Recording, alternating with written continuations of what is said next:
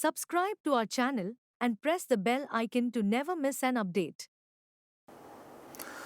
नमस्कार dear students, prelims exam is over. Exam समाप्त होते ही सबसे पहला काम जो आप लोग करते हैं या करना होता है is to find out how much is the score. Cut off कितना होगा, कट ऑफ के पार हो पाएंगे या नहीं हो पाएंगे, पेपर कैसा था, बाकी स्टूडेंट्स आपके आसपास या हमारे इंस्टीट्यूट में यहाँ पर क्या कह रहे हैं, उनका फीडबैक कैसा लगा। सो इस सेशन में मैं आपको बताऊँगा कि कट ऑफ कितना होने की उम्मीद है एंड आप उसके हिसाब से एनालाइज़ कर सकते हैं कि कहाँ आप आज खड़े हैं। मुझे पूरी उम्मीद है आप सब लोगों ने अच्छा किया होगा, because I know all of the students work very hard for more than 1 year to come to this stage here today and I'm very sure you are a very serious student. You have really committed yourself to the preparation for civil service examination and आप जैसे जितने भी candidates हैं जिन्होंने मेहनत किया है, जिन्होंने ईमानदारी से अपनी तैयारी की है, वो हमेशा प्रीलिम्स क्वालिफाई कर ही लेते हैं। So have hope, let us analyse how was the paper this time that was held today. So I have seen all the questions here which were part of the paper. You know there were 100 questions and out of these 100 questions 23 questions were single statement. Single statement का मतलब है जो आप लोगों ने देखा ही है कि भाई एक क्वेश्चन दिया है और उसके नीचे ABCD।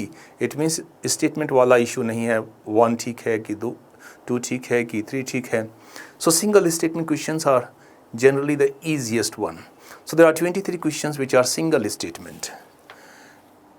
The second category of questions are those where you have only 1, only 2, only 3, none. These kind of questions are around 13. Last time the number of this category was very high. It was more than 45. So इस बार UPSC ने trend को बदला है और ये जो difficult वाले हैं, these are considered to be most difficult because एक ठीक है कि 2 ठीक है कि 3 स्टेटमेंट ठीक है या कोई भी ठीक नहीं है। That puts every student in a very serious dilemma. And जो बाकी क्वेश्चन बचे हैं लगभग 36 and 36 you have 64 more.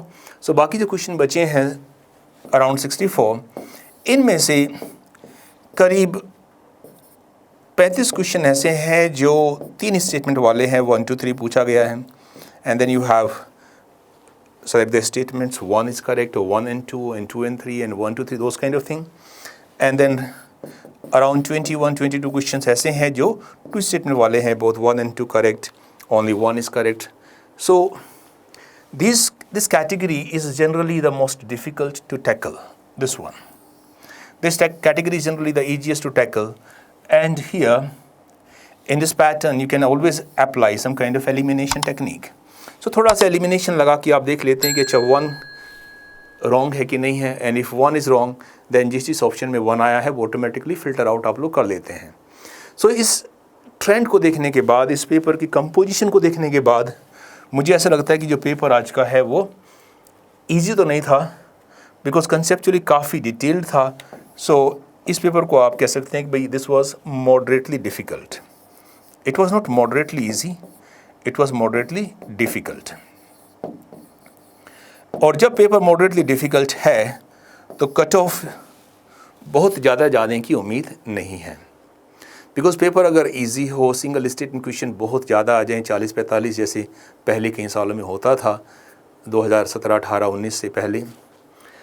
सो इस बार वो क्वेश्चन थोड़े है लेकिन बहुत ज़्यादा नहीं है। And this question which were last time very high number, this time these are little less in number. So ये आपको आइडिया देगा कि पेपर का लेवल कितना है। मेरे हिसाब से ये मॉडरेटली डिफ़िकल्ट पेपर है, कंसेप्चुअली काफ़ी डीप है। कुछ क्वेश्चंस काफ़ी आसान हैं, जैसे क्वेश्चन आ गया कि भाई अगर एक इलेक्ट्रिक व्हीकल है, हाइड्रोजन फ्यूल सेल पे काम करता है, तो what is going to be the exhaust. So these are like conceptual but very easy. You know, when hydrogen and oxygen will burn, it will give only water. So water is going to be the exhaust, or water vapor is going to be exhaust. और economy में कई question easy है जो economy segment के हैं कि भाई money market के इंस्ट्रूमेंट क्या क्या होते हैं, कि भाई करेंसी स्वैप है या एक्सचेंज ट्रेडेड फंड है या मोटर व्हीकल है। मोटर व्हीकल तो कोई एसेट होता नहीं है, you can not really sell it, you can not really swap it, but ETF and currency swap these are part of money market collateral and borrowing system. ऐसे ही history के question काफ़ी easy है। जैसे book पूछ लिया कि भाषा ने कौन कौन सी बुक लिखी थी, भाष एक गुप्तकालीन राइटर था। कुछ क्वेश्चन जीके के हैं इस बार, सब्जेक्ट वाइज हम देखेंगे आगे इसमें अभी। तो जीके वाले क्वेश्चन भी काफ़ी इजी है। जैसे डॉक्टर सुब्रमण्यम जयशंकर की बुक्स है कि भाई वाई भारत मैटर्स, इंडिया वे। सो ये सब कॉमन बुक्स है जो आप लोगों ने पढ़ी होगी, सुनी होगी कि हाँ अच्छा ये बुक हमारे फॉरेन मिनिस्टर ने लिखी है। सो इस तरह के क्वेश्चंस है जो हम आपको यहाँ बताएंगे कहाँ कहाँ से प्रश्न आए हैं, कैसे प्रश्नों का कंपोजिशन बनाया है, कितने करंट अफेयर्स रिलेटेड है, कितने हिस्ट्री कल्चर से है, कितने आपकी पॉलिटी के हैं। सो ये आपको एक ब्रॉडर अंडरस्टैंडिंग देगा। हिस्ट्री कल्चर के करीब 15 से 18 क्वेश्चन है इसमें, because depending on the kind of counting somebody may count more in polity segment, and कुछ क्वेश्चन ऐसे हैं जो पॉलिटी वाले कह सकते हैं भाई हमारे सब्जेक्ट का है, कुछ हिस्ट्री वाले कह सकते हैं कि हमारे सब्जेक्ट का है। बिकॉज अगर हिस्टोरिकल बैकग्राउंड आती है तो historical background of constitution is part of history and that is studied as a part of polity as well. लेकिन फिर भी आप कह सकते हैं 15 से 18 क्वेश्चन हिस्ट्री कल्चर रिलेटेड है, काफ़ी अच्छे हैं। जैसे यूनेस्को साइट्स के बारे में आ गया, बुक्स के बारे में आ गया, महात्मा बुद्धा के बारे में आ गया, भाई कौन कौन सी उपाधियाँ महात्मा बुद्ध की थी, तथागत या नतापुत्ता, या फिर आप देखते हैं एक और उसमें मेंशन किया था। तो नतापुत्ता पता है आपको कि भाई this was the name of Mahavir Swami. So Mahavir Swami का नाम था नतापुत्ता। तो Tathagata and Shakya Muni, these are names of और titles of Mahatma Buddha. So questions were easy, some were difficult also. Geography अगर आप देखें तो 12 से 15 प्रश्न ज्योग्राफी से रिलेटेड है। And if you look at environment ecology, similar is the number for environment ecology. At times it is difficult to find out or difficult to ascertain whether it is of environment or geography. So different teachers may put them in different category, but it doesn't really matter to you. You have already gone through the paper, so now you have to see the composition and count your score. Indian economy वाले 18-20 question हैं, science and take वाले भी 18-20 question हैं। तो यहाँ पे segment काफ़ी बड़ा रहा। इकोनॉमी वाले क्वेश्चंस, साइंस टेक वाले क्वेश्चंस काफ़ी बड़े हैं। यहाँ पर आप देख सकते हैं कि लगभग 40% पेपर इन दोनों सब्जेक्ट से ही रहा। पॉलिटी वाले क्वेश्चन भी 15 से 17 है, कुछ इजी है, कुछ डिफ़िकल्ट है। जीके वाले प्रश्न आए हैं कुछ इस बार। सो जीके और IR के प्रश्न हैं जो लगभग 10-12 प्रश्न हैं। जैसे बुक आ गया, डॉक्टर जयशंकर की बुक्स है, या दो कंट्री के बीच का सबसे बड़ा border, international border between two countries is where. So it's again very easy if you know it, if it's very difficult if you do not know it. Somebody who has read GK, somebody who reads paper properly, you know it's Canada and US. And second biggest is Kazakhstan and Russia. So जिसने पढ़ा है, जिसने एक broader understanding बनाई है, उसको easy रहता है, और जिसने पढ़ा नहीं है, so the students find it very difficult to find out the answer whether it is Russia, Kazakhstan or this is US and Canada border. So cut off trend क्या होने का उम्मीद है? कट ऑफ ट्रेंड को समझने के लिए आप देखिए लास्ट टाइम कट ऑफ कितना रहा। This is a cut off last year prelims 2023। General candidate 75.4 and EWS candidate 68. Then you have OBC, then you have SC and ST. So EWS is much less than OBC. This has been the trend since the time EWS reservation was introduced. OBC थोड़ा सा ऊपर रहता है, EWS cut off थोड़ा नीचे रहता है। SC है उसके नीचे, सबसे नीचे ST वाला कट ऑफ जाता है। पिछले सालों का देखिए, यदि आप देखिए 2022 में 88 था जनरल का, 21 में 87 था, 92 रहा, 98 रहा। उसी हिसाब से बाकी कैटेगरीज के कट ऑफ को भी आप माइंड में रख सकते हैं, because if you go through the last 4-5 years of cut off, you will get the idea where has been the line to pick up the candidate for main exam. Prelims exam जो आपका ये है, ये basically filter है। Almost 95-97% student जो paper में बैठने वाले हैं वो फ़िल्टर आउट कर दिए जाते हैं, बिकॉज 10 लाख के आसपास बच्चे फॉर्म भरते हैं, 5 लाख के आसपास बच्चे एग्ज़ाम देने जाते हैं। एंड जो एग्ज़ाम देने जाएंगे उसमें से करीब 15 से 17 हज़ार 18 हज़ार बच्चे मेंस के लिए क्वालिफाई करते हैं। So that percentage something around let's say 3 to 4% of the candidates those who are sitting in exam actually. So how much is expected cutoff this time? My understanding says that paper was moderately difficult. So once it was moderately difficult, so cutoff is not going to be much higher than last year. Last year cut off इतना कम क्यों रहा? सबसे बड़ा कारण था CSAT paper. बहुत सारे ऐसे कैंडिडेट्स थे जिन्होंने बहुत अच्छी जीएस की तैयारी की थी, लेकिन सीसेट की तैयारी पे ध्यान नहीं दिया या कम ध्यान दिया, वो सीसेट में क्वालिफाई ही नहीं कर पाए। और सीसेट में जो बच्चा क्वालिफाई नहीं करेगा उसका जीएस पेपर चेक होगा नहीं। So last time GS paper का कट ऑफ नीचे जाने का सबसे बड़ा कारण था सीसेट का डिफ़िकल्ट होना। सो सीसेट पेपर तो अभी होना है और शाम तक पता चलेगा सीसेट का लेवल क्या रहा। लेकिन अगर हम नॉर्मल सीसेट को समझ के चलेंगे भी सीसेट ना ज़्यादा डिफ़िकल्ट है ना ज़्यादा इजी है, तो कट ऑफ आपका होना चाहिए समवेयर अराउंड 80 to 82। सीसेट बहुत इजी आ गया तो हो सकता है कि 85 to 88 कट ऑफ पहुँच जाए। सीसेट डिफ़िकल्ट आ गया तो हो सकता है कि आपका 78 80 पहुँच जाए। सो 2-3 मार्क्स का इसमें डिफरेंस हो सकता है। सो 80-82 वाला जो बच्चा है, मुझे लग रहा है कि वो आराम से क्वालिफाई कर लेगा। कट ऑफ कभी भी 82 से ज़्यादा जाने की चांस है नहीं। वो उतना आसान पेपर नहीं है कि everybody can do it and everybody can say oh I am doing 90।